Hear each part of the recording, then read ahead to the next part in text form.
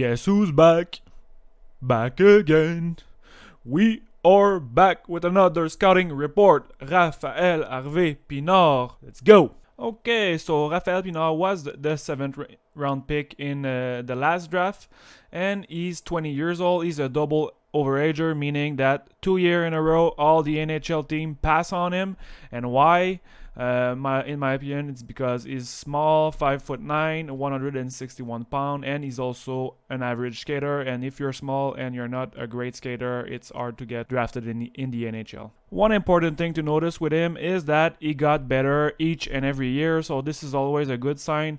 It's always scary when a player is not improving at the junior level. Usually it's a bad sign, but for him, he went to 23 points, 76 and 85, always getting better, and he was great in the playoff. So all the footage I'm gonna show in this video is gonna be from the playoff run last year when they won the cup. If you've watched my video in the past, you probably already know that, but I like to start with the good stuff. So for him, the number one thing I like is that he's very smart. He's a high IQ player, cerebral player. He's always thinking on the ice, and this is my favorite thing about him. Okay, so when we're talking about hockey IQ, it's a term that is very often used, but how do you determine if someone is a good hockey IQ player or not? And for me, I'm gonna break down the thing I'm looking for to determine if someone has a good hockey brain on him. He's gonna be number 11 on those clips, by the way. So the number one thing I'm looking for is positioning. So how often a player is involved in a play. Is he always in the middle of something? Is he always in the action, cutting plays?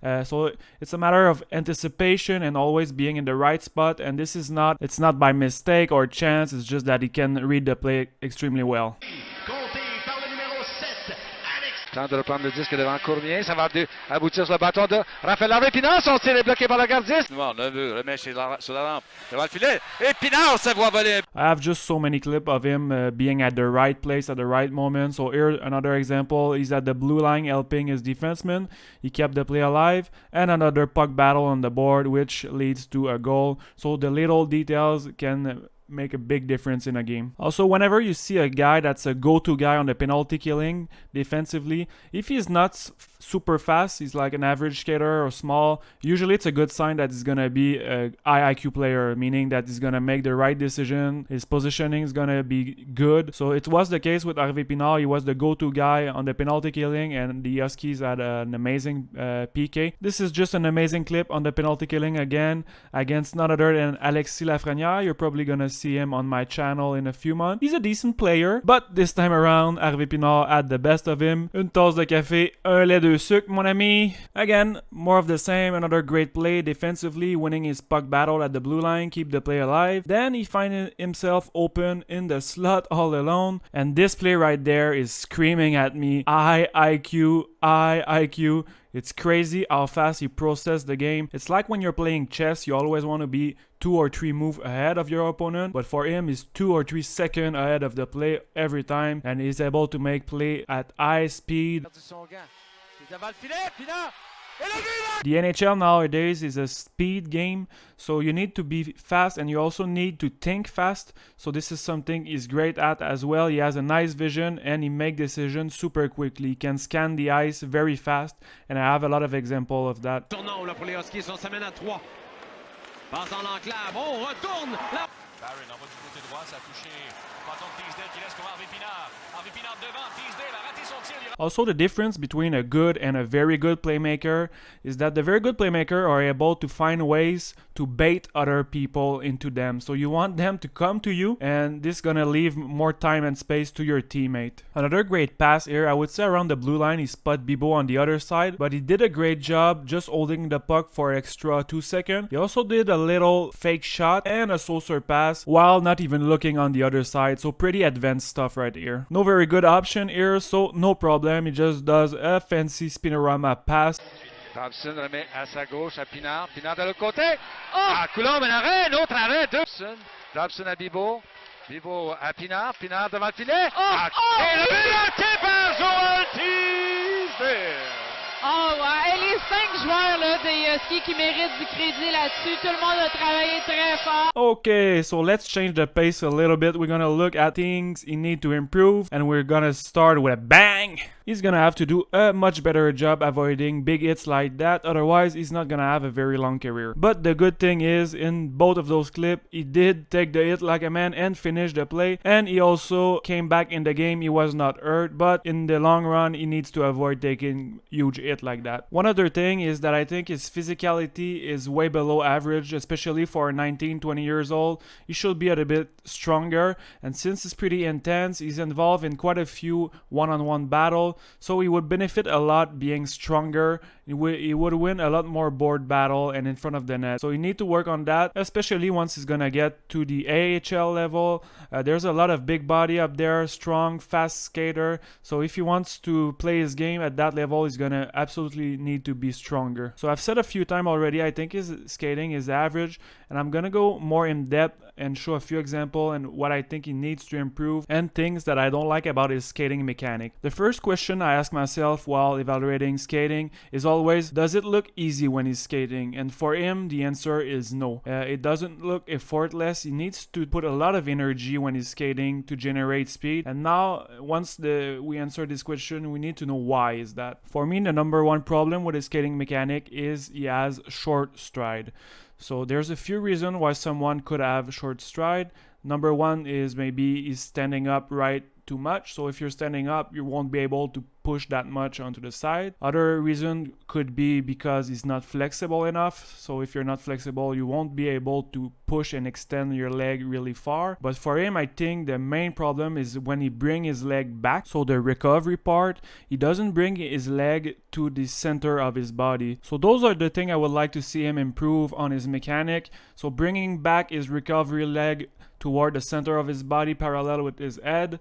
Also bending the other leg at 90 degrees, so he's going to be able to push a little bit farther, and overall more leg strength. He needs to have more power when he pushes. But the good news is that even though the mechanic is not optimal, it doesn't really show on the ice because he does so many good things that make up for it. So on this sequence here, it's on the penalty killing. He's going to notice that his teammate has possession of the puck, and he's going to get a head start just because he reads the play so nice. So it doesn't matter how fast you are. If you leave 2 or 3 seconds before the other guy, you're gonna get there first. Similar play here is just gonna put on the jet before the other guy reading the play. He also has a great work ethic, so you will rarely see him having a bad night. He always give good intensity, always working on the ice. His feet are always moving, so this is another good thing.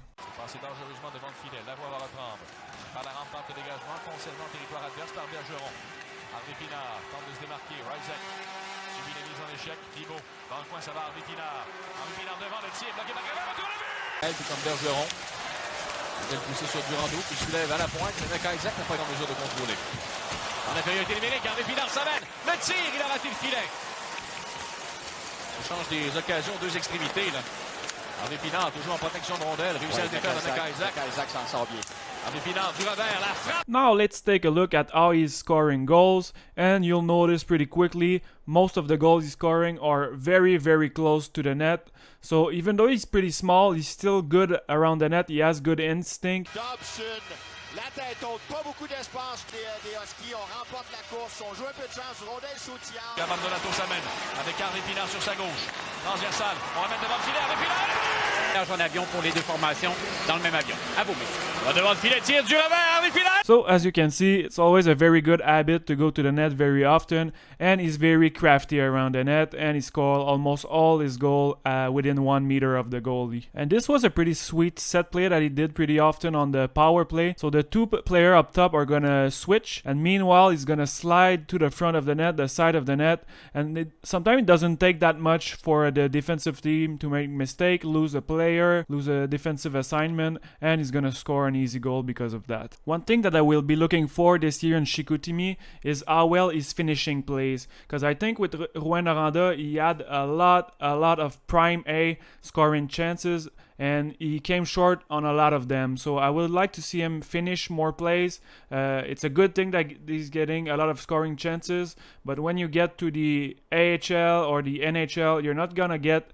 very good scoring chance every game. So when you get them, you need to score more often. The video is getting pretty long, so I'm gonna finish that by giving my 2 cents about whether I think it was a good idea to send him back to junior. And for me, it was a no-brainer. I think in the QMJHL, he's gonna be able to shine. He's gonna be a superstar, the team captain, the mentor for Théo Rochette and Hendrix Lapierre. He will also probably play 20 minutes a night instead of playing on the 4th line and fighting for ice time in Laval. And also, like I said before, I think he needs to get stronger. So maybe he would have struggled with the physicality of the AHL. So for me, QMJHL is the way to go for him, and hopefully he can get his hand on a second cup. This is gonna be it for this one. Thank you for watching, and also make sure to subscribe because I'm gonna be posting a top 15 Habs prospect pretty shortly. I'm just waiting to watch a few of the preseason game, and after that I'll be finishing my top 15 and posting it. So thank you. Bye.